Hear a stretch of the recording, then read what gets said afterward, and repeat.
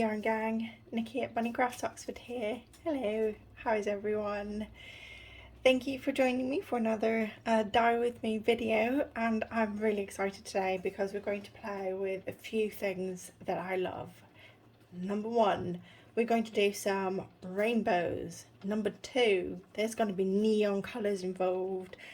Number three, there's going to be a new technique which I have tried in the past, but I've only ever done it with food colouring, so I'm very curious to see what happens. And I'm literally just going to launch into this because this is another one of those I'm filming in my lunch break videos, because that is literally the only time I currently have to do any filming. So yeah, so what we're going to do is we are going to do some twisted skein dyeing. So I have 3 skeins over here. We have a cereal packer, an MCN DK and an MCN sock, and we are going to put some colour in here, and we're going to actually put them in the dye bath as they are twisted, and that will provide some resist. And it basically means that where the colour will only be able to penetrate on the outside of the skein, and we'll have a lot of white left in the middle. So then when the colour is absorbed, we'll take the skeins out, untwist them, retwist them to show more white, and then dump in a second and then a third colour. So the first colour we're going to start with, we're going to work from sort of not quite lightest to darkest, because the second and the third colour are both quite pigmented in their own right. So we're going to start with the fluorescent yellow. So I have mixed a brand new 1% solution of fluorescent yellow, and this is just where I mixed it and just have rinsed this out. There's a little bit of pigment in here, but there's actually a lot more pigment in here than I thought. So we have a little bit of fluorescent yellow in here already, and I'm going to add a tablespoon per 100 grams of yarn. While I want this bright, I don't want it mad bright, and fluorescent colours are really very pigmented. So we have 1, 2. I want to stir this and then decide whether I actually want, you know, I don't think I want a third one. This is already looking quite pigmented. The really good thing about this as well is we can put the yarn in, and if we think that we've reached a colour that we want the yarn to be, we can take it out even if it hasn't fully absorbed all of the pigment. And you don't have to, while I hate wasting dye, you don't have to fully absorb the pigment. If your yarn gets to the colour that you want it to be, you can always then steam set it, or you know, do something else with it. So this is dry as well, so the first dunk we're going to do is dry, and then they're going to get progressively, well, they're going to get wet. So let me get my tongs, because it's dry, I'm going to need to do some pushing. I am so warm right now. Oh my days, it is a beautiful day. It's 25 degrees Celsius here in Oxford, and I'm loving it, but there is a lot of steam and a lot of yarn dyeing around me. You'll be shocked to know that, ta-da, we've got some more of Chip's lemon pepper cooking over there. It seems like currently it's the only thing I'm dyeing because it's the only thing you guys want, which is fine by me. It's a favourite of mine. So let's dunk this. I'm most curious about the cereal packer, and the idea is that I told you it's going to be one of them videos again. So the idea is that as we layer the colours on, we're going to get a bit of a neon rainbow effect. So let's see what happens.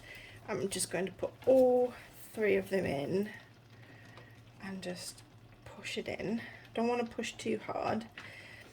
The brush cereal packer, which is the one in the centre, absorbs things differently. It a bit like, because it has silk in it as well, so it's 72% surreal and 28% silk. Silk absorbs slower anyway, but the surreal is also not a superwash yarn. It and non-superwash yarn absorbs pigment slower as well. The silk doesn't pick up pigment in quite the same way. You require a lot more to actually get a deep color. I'm just going to twist them around. I need to be quite careful so that I don't really untwist them.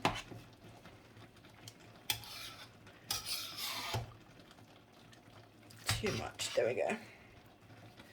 Right, so we're going to leave this in here for about 15 minutes. While you're looking at this beautiful yarn absorbing colour, I am going to go over the basics of yarn dyeing, because my lovely sister-in-law was asking, and I realised that I don't always necessarily explain how this magic happens. So, to dye yarn with either professional acid dyes or food colouring, or even tie dyes as well, you need 3 ingredients. You need a protein-based yarn. So protein-based yarn is wool, so anything from sheep, alpaca, silk, so it is animal-based fibre.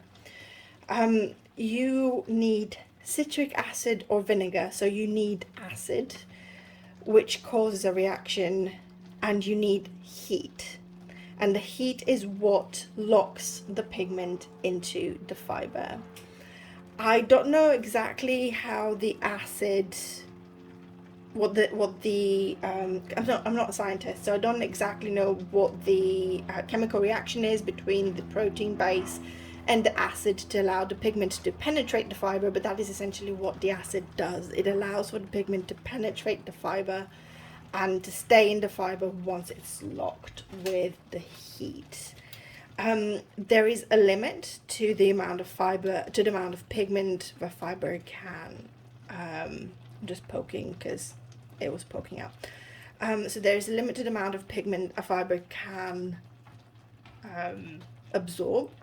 So when you hear me talking about a 1% solution and 1% depth of shade, that is not necessarily the maximum that the fibre can absorb. It is just a kind of baseline which makes it easy to create a recipe. So 1% stock solution for pigment is 1 gram of dye per 100 milliliters of water. And 1% depth of shade is that 1 gram of dye per 100 grams of fibre. So when you're creating colorways, having that 1% is a really easy way to create a recipe where you can say, right, this colorway has, 20 milliliters of color A, 50 milliliters of color B, and there are 1% stock solutions, so it helps to create repeatable colorways easier. So that is essentially the very, very basic yarn dyeing. If you want a much more in-depth lesson on how to dye yarn, then my advice will always and forever be go and watch Rebecca at Chemnitz. Her tutorials are exactly that. They are actual tutorials. She talks to you about pH levels, so how much acid versus water there is, so that you get different absorption rates. And there she talks about the science behind it. She is a scientist. She has a PhD. She's an incredibly intelligent lady, and she's also just so much fun. So I will make sure that I link her channel below.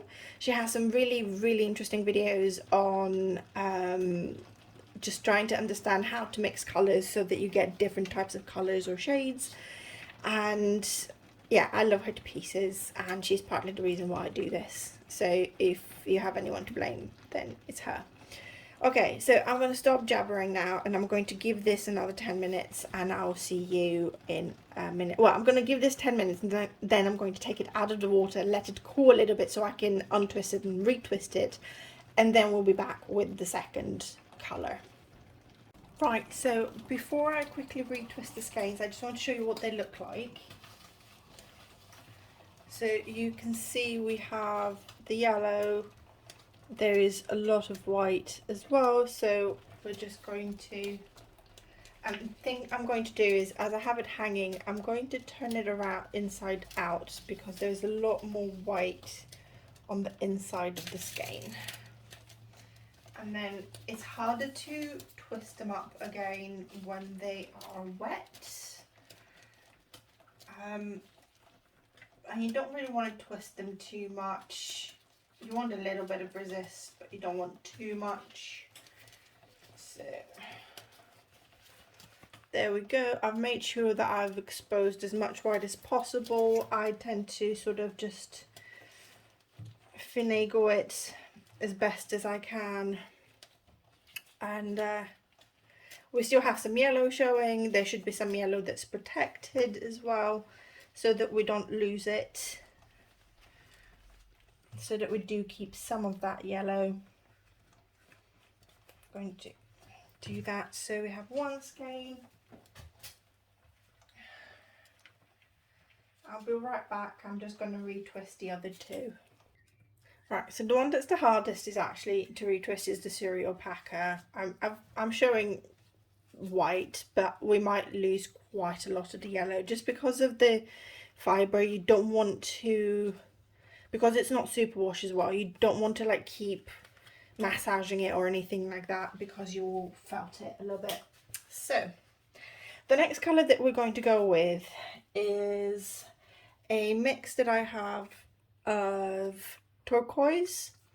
It's a very pigmented blue from the blue family. There isn't a neon blue that I'm aware of. You can use Frozen from Dyer. That's a really, really bright blue as well. I also like the Jacquard Cerulean blue. That's a very nice bright blue. But I want this one. I don't know why. I just like the tone of this particular blue. I think we're going to get some nice greens and maybe even some teals, because there is a bit of a, there can be a bit of a green tinge to this. So again, I'm actually going to stick to my 3 spoonfuls, so a spoonful per gram of yarn, and then I'm going to see what it looks like in the water. There is acid in here already. I have 1, 2, 3. You can see it's quite a pigmented colour, but I mean, I can always add more, can't I? Well, I can't take any away, so I need to remember that as well. I don't want it ridiculously deep. I want a neon rainbow, but I don't want a blind everyone neon rainbow. Okay, let's grab my measuring spoon. Let's do this. I'm just going to try and pop all 3 in here and hopefully not burn myself in the water. In we go. Oh, I think that's perfect in terms of colour. I'm not even going to put, I'm just going to separate them a little bit because I don't want them to give each other resist. I'm not even going to poke that in. I'm going to leave that as is. But you can see we're going to get some beautiful blues and we're going to get some beautiful greens as well. So we're going to leave this in here for 10-15 minutes. I'm going to do some other work and then we'll be back to see what happens. Okay, so these have been in here for 20 minutes. There is still quite a lot of pigment in here. I don't know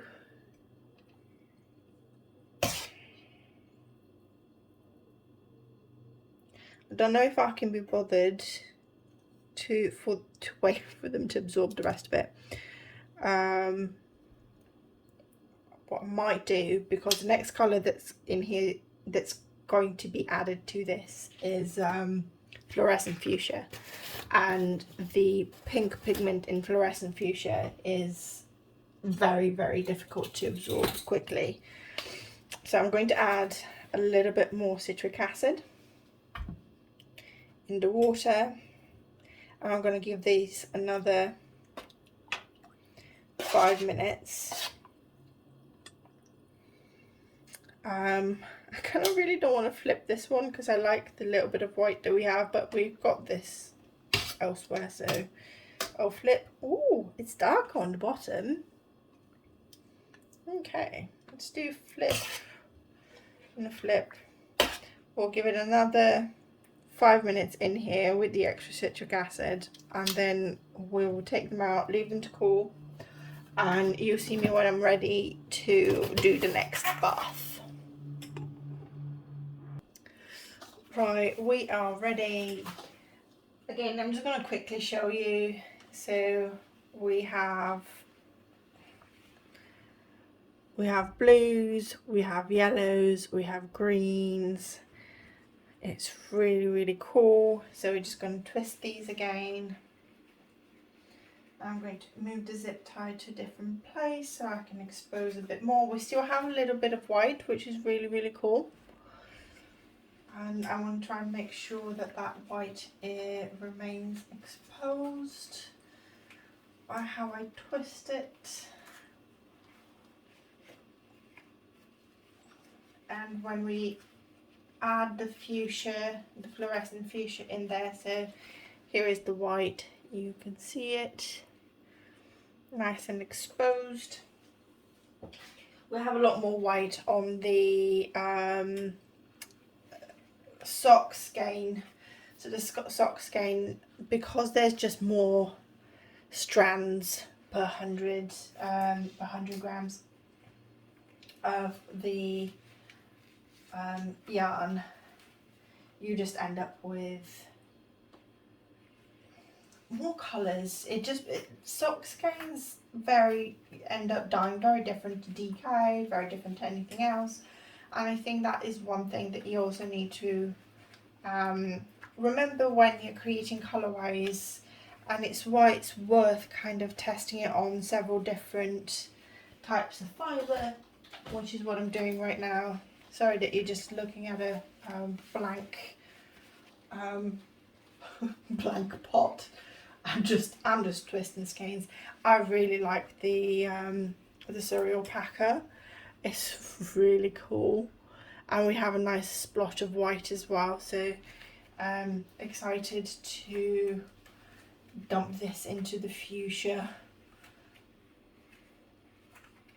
But yeah, so what I was saying, like we're doing here, it is definitely worth dyeing several different types of fibre and different types of yarn weights as well, so that you can actually see how the different types of fibre and yarn weights will react to that particular colourway. So, okay. As with the yellow, when I was dissolving my fuchsia, I had a little bit left over, so I'm just going to dump that in here. And then I think I put my spoons away. I'm trying to be all tidy. Yeah. I've been trying to be organised and tidy as I go along, because it means that I don't have to then spend a really long time tidying.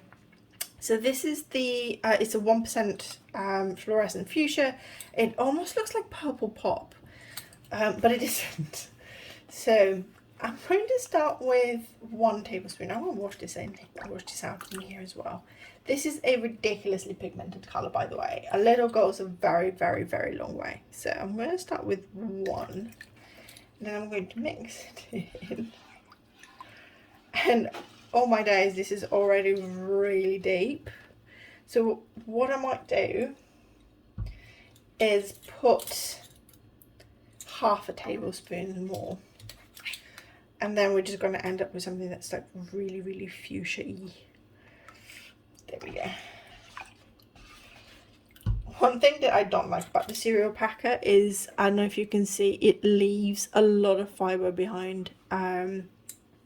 It's just the case with fluffy yarns. They all leave behind some fibre. There's a bit of fuchsia on here. There's fuchsia on my, look at that. There's fuchsia on my fingers. There's fuchsia everywhere.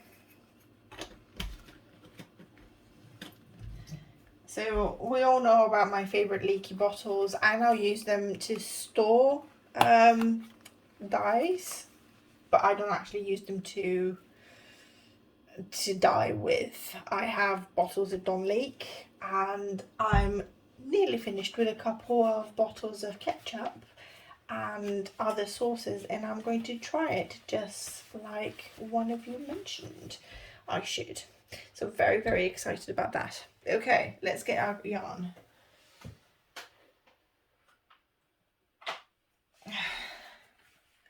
We have, oh god, this is heavy now because it's all wet. We have our yarn, and we're just gonna gently pop it in here and see what happens. Okay, I'm not happy with how this is twisted. Let's twist a bit more. There we go. Okay, gently pop it in.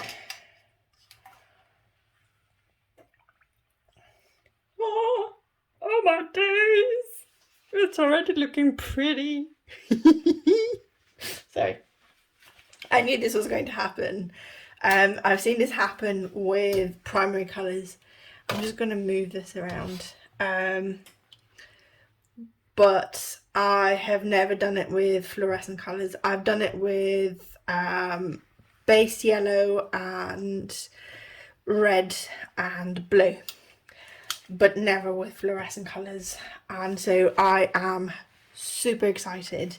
And considering that this is Pride Month, although we are an ally forever and not just for the month, I think this is a very apt yarn to be dyeing in June. This is going to be available very shortly on the shop, as well as a permanent colourway, because I love it. And I'm so excited about that cereal packer. I can't even begin to tell you how excited I am. Right, so this is now going to actually stay in here for about half an hour to 45 minutes. I'm going to turn the heat down a little bit because I can see it starting to bubble right here. It's going to start rolling in a minute. And then I'm going to actually leave them to cool in here, possibly overnight, because this fuchsia is, yeah, it takes a while, and actually whatever the pink pigment in here is, it seems to absorb as it cools. There's almost always, like if you take the yarn out while everything's still hot, there's almost always a bit of pigment left in the water. But if you have enough citric acid and stuff, then it's fine. What I'm going to do is I'm going to come back in about 20 minutes and flip them around, because as you saw with the blue, it was deeper on the bottom than it was on the top. So I will come and flip them around. I absolutely love, I'm just going to bring this up a little bit, the orange that we're getting here is just sort of peachy and beautiful. Right, so I'm just going to press this down. Press this down. These are very, very thick gloves. I know they don't look it, but they're actually quite thick, so I'm happy with doing that. Cool. I will see you when this yarn is dry. Welcome to pastel rainbow colour. So our yarn is dry, and here it is, and I honestly couldn't be happier with the way that it turned out. So this is the sock, brush cereal packer, and then at the end we have the DK. Both of these are MCN, so it's merino cashmere nylon 80-10-10, and this one's 72% Surrey brushed alpaca and 28% mulberry silk, and that's the one I'm going to start with because it's just so beautiful and fluffy and I just want to knit with it right now. So I'm just going to bring it up a little bit closer to the camera. You can see the beautiful pastel colors that we have. Surrey does take dye differently, but so this is why this is even more pastel than the other two. But actually this has taken up the colors really nicely. You still have a little bit of white. We have some beautiful purples. We've kept the pink. We have, so where the pink and the blue have mixed, we have deepened the blue. That's one of the things that happens, is that by adding just a little bit of pink to blue, it makes it just a deeper blue rather than a straight off purple. So this is why you can see here we have very deep blue, and then we have the actual teal as well. We have some lovely oranges. We've kept parts of the yellow. We've got beautiful greens. We've got beautiful teals. It's gorgeous. I love it. I love it so much. And then I'm just going to twist this up. I love using this technique. It's essentially tie-dye sort of results that you get, and depending on your color combination, so we have our Surrey here, so you can see, so depending on the color combination that you choose, you can get a lot of variation, or not so much variation. You can dip the yarn as many times as you want as well. So if we wanted to, we can then retwist, dip back in the yellow, or we could have dipped it into some purple pop, which would have really changed this up, and which I'm very tempted to do this one time. I have to say I absolutely love the pink. One thing is I wish I'd had more pink, and what I could have done is after it absorbed, I could have again untwisted, retwisted, and done a fourth lot of pink, but it would have covered some of these. And I absolutely love this area where we have the yellow going into teal, into green and teal, and then blues, and then eventually goes into a little bit of deeper blue and pinks. It's beautiful. And so we have to come up with a name. Oh, I've just seen this orange over here. Lovely orange. I can't find my black light, and also it's really light outside, so I can't show you, but this will glow in the dark as well, because the yellow and the pink that we used are neon. It will glow in the dark, and it's awesome. When I find my flashlight, I will, my blue light flashlight, I will actually try and do some videos on my Instagram. So if you don't follow me on Instagram, do go and give it a follow, and you can see a lot more content with the yarns that I dye. So this is now up in the shop as Pride, because we have dyed this in honor of June, which is Pride month. And as I said earlier in the video, while June is Pride month and I love celebrating Pride and the colour and the wonderful people and diversity in general, we are an ally for life and not just for a month.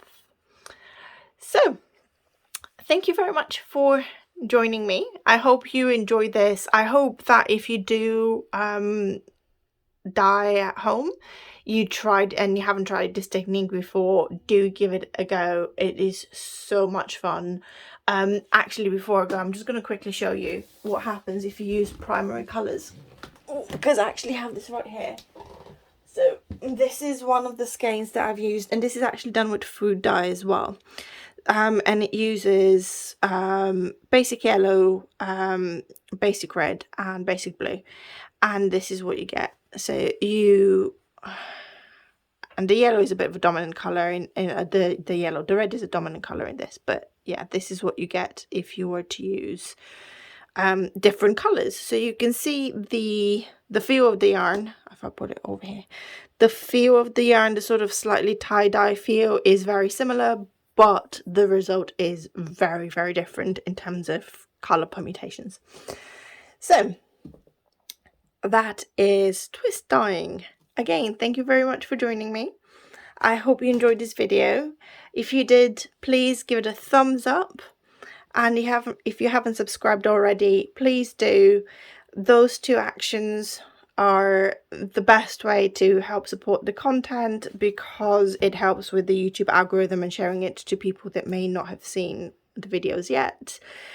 If you want to support the channel further, then in the video description below you'll be able to find links to both my shop, so you can buy some of the gorgeous yarns that we dye together, or you can also go and buy me a coffee. So again, thank you very much. Lovely to see you. See you soon. Bye bye.